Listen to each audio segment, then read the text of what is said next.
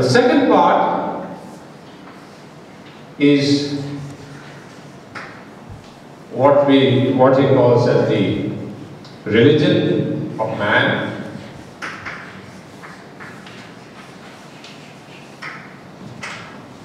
religion of humanity. Now he would say this is what is again important for building up a world union. Because a world union cannot be brought about only by political means or political ideologies. What will unite this world union or this conglomeration of countries is this religion of humanity. Now what is this religion of humanity? It's another word I would believe for a future spirituality. Because here the essential thing is we all recognize a single divine reality. And we say, whatever the names you give, names do not matter. But at least even now the religions don't even believe that we have single divine reality. Each one says, no, my reality is different from yours, Brahman is different from Allah, Allah is different from this Father. But then there would be the belief that there is one divine reality who has taken different names and forms in different cultures and religions and times. And we are all children of that single divine reality. Number one. Number two, that there will be that humanity is the highest expression of this creation, through whom the divine reality will express himself, unfold himself in an evolutionary manner. And then thirdly, there would be this inner divine, which we'll all recognize that there is a divinity within. So we can see what Sri Aurobindo calls as the religion of man or religion of humanity is more or less another word for spirituality. So that is again and again I see the same thing. Psychological basis of union or unity. That is, the religion of man or religion of humanity would be the psychological basis of unity. So it is again, Sri Aurobindo goes back to say that no politics, no social laws, no rules of economics will unite mankind. In fact, that idea of human unity is an extraordinary analysis to say, where he again tells us that economically we may be very well off. Whole of humanity may be really rich and there could be a time when there is no poverty. But still, he says, that will not unite mankind. Because there is always a psychological basis that alone can be a strong basis. And again, I see the same basis for Aurobindo. Why the mother insisted on unity based on spirituality? But that is the only factor of unity. All other factors humanity has tried out, it may still try out, but nothing will work out. Well, this is what he would tell us. I'm not going into great detail because next we have Aurobindo Pastor, our professor, who will give you a different, greater clarity perhaps. I'm giving you just a kind of an outline and ending up with what Sri Aurobindo gives us again from this human cycle. He gives this last sentence or this last paragraph after discussing in great detail the different possible bases of unity, and then he comes to saying that this is a solution, the solution to the spirituality or the spiritual basis of the religion of humanity. He said this is a solution to which it may be objected that it puts off the consummation of a better human society to a far-off date in the future evolution of the race. But this he has already foreseen some questions from different quarters saying, sure, even though you are demanding something quite impossible for mankind. And of course, seeing the present state of humanity, it is even difficult to believe in what Sri Aurobindo says. So he foresees that. He says, yes, some people may think that this is a far-off date in the future evolution of the race. For it means that no machinery invented by the reason can perfect either the individual or the collective man. An inner change is needed in human nature, a change too difficult to be ever effected except by the few. This is not certain, but in any case, and this is the line, if this is not the solution, then there is no solution. If this is not the way, then there is no way for the humankind. Then the terrestrial evolution must pass beyond man, as it has passed beyond the animal.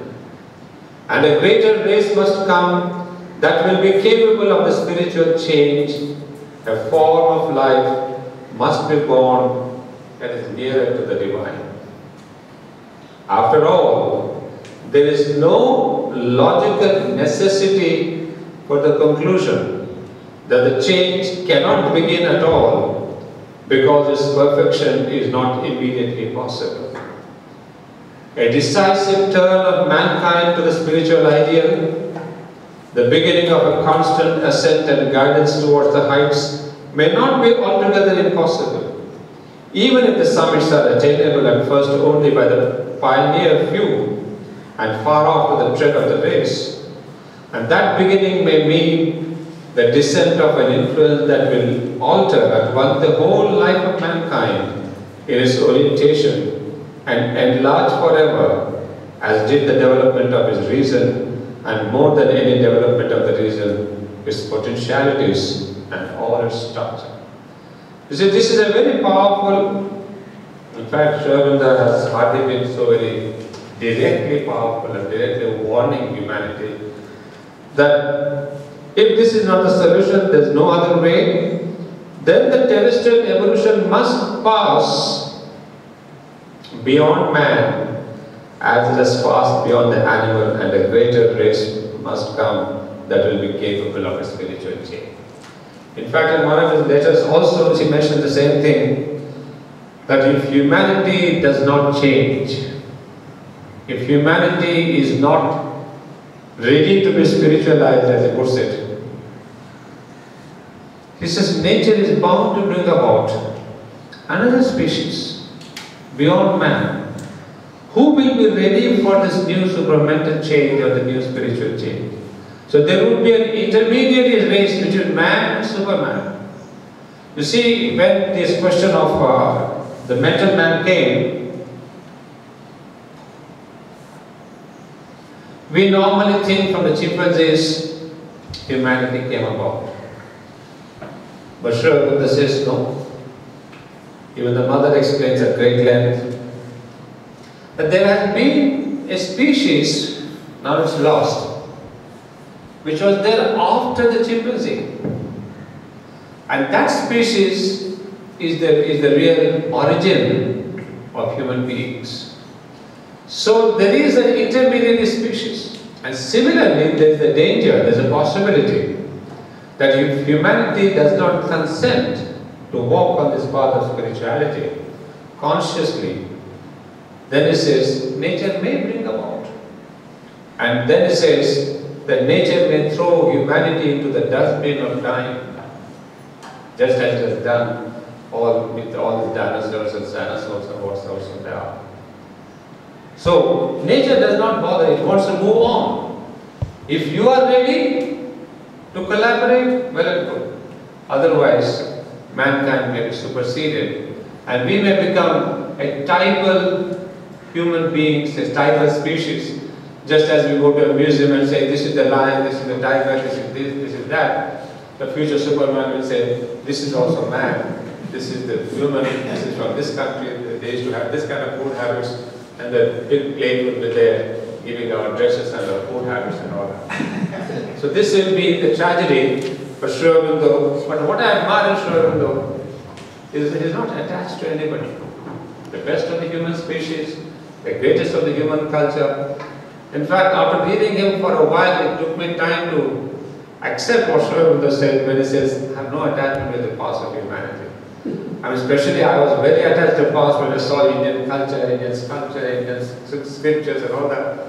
I felt extremely proud. I said, wow, what a culture we have.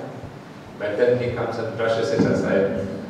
And he says, if this is not useful for future race, for the new supramental race, he says, even Hinduism I can't care if it exists upon the face of earth or if it's effaced from the face of the earth. So I admire Mr. Aurobindo, this leap into the future. Nothing, no attachment, nothing to bind him back. The best of culture, the best of sculpture, the best of scripture, the best of the Vedas, nothing should bind us. He says, I want to take a leap. So he is denouncing even humanity. He says, if we are not ready to become a Superman, he says, well, compete, bye-bye to humanity. But then he said one thing, that I will come back as the first supramental being in a supramental manner. So fortunately, he has not said, I'll come back in a human way, because we never know if humanity will exist or not. So he says, he will come back the supramental way, in the supramental manner, in the supramental body. What that means, well, only the future would reveal. But this is the analysis very much in brief. Belu is already looking at me and not showing me the time signal. But this is just, I wanted to give you an introduction. Because next we are expecting Professor Basu. Some of you may know him, others may not. He is one of the living authorities in Aurobindo's philosophy. The other person who is still living and active is Dr. Kirit Joshi. There's another person, but unfortunately he's 107 and he has lost his memory now. Amal Kiran. Up until the age of 99 plus, he had absolute clarity of mind. He could recite Savitri, he could recite his own poems which he wrote 50 years back. But so now, although he is living in the body, his mind, of course, he cannot remember. So among the living giants in Aurobindo's philosophy, there is one, Professor Basu and Kirit Joshi. Both of them are here reporting. Kirit Joshi is there now. Until last year he was out in Gujarat, but he has come back home. So he's there. So Professor Basu is 93. And so you can imagine, I'll bring him in 10 minutes, but you'll have your tea break. And the thing is, he still has a wonderful memory, clarity of thinking. So when the topic came about, he said, yes, I'm ready to come to the seminar. So I was very eager and very happy that he has agreed to come here. So it will be a short session, about 40 minutes or 30 minutes, but we'll have the privilege of listening to a living genius in Aurobindo's philosophy. So we'll end that, we'll take a tea break now. I'll go and fetch Basu.